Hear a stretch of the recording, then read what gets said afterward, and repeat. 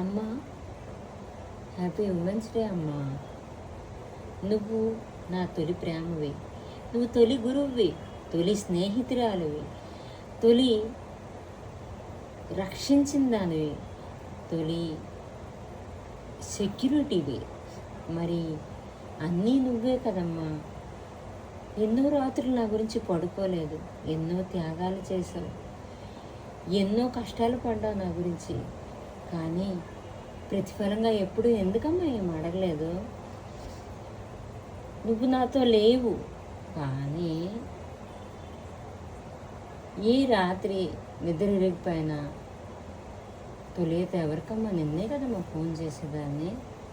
కానీ నువ్వెన్నో రాత్రులు ఎంతో బాధతో పడుకున్నావు, కానీ నేను నీ దగ్గరుండి నేను ఇంకేం చేయలేకపోయానమ్మా. కానీ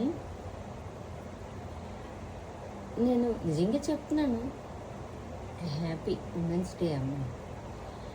ఏంటంటే, ఎందుకంటే అమ్మా, నువ్వు లేనిది నువ్వు లేవు అని నాకు అనిపించట్లేదు.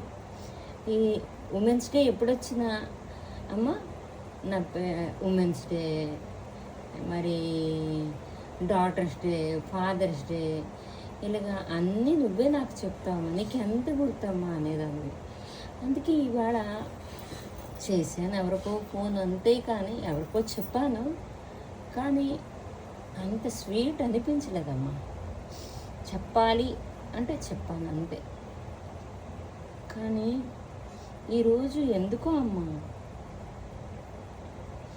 నీకు ఉమెన్స్ డే చెప్పాలనిపిస్తుంది. ఈరోజే కాదు, సంవత్సరంలో ఒకరోజే కాదు, ప్రతిరోజు, ప్రతి క్షణము, ప్రతి నిమిషము, ప్రతి సెకండ్ కొంట చిన్నది మన వాచీలో లేదమ్మా. లేకపోతే ఆ ఒక్క గడియ కూడా నువ్వు నాతోనే ఉన్నావమ్మా. హ్యాపీ ఉమెన్స్ డే అమ్మా.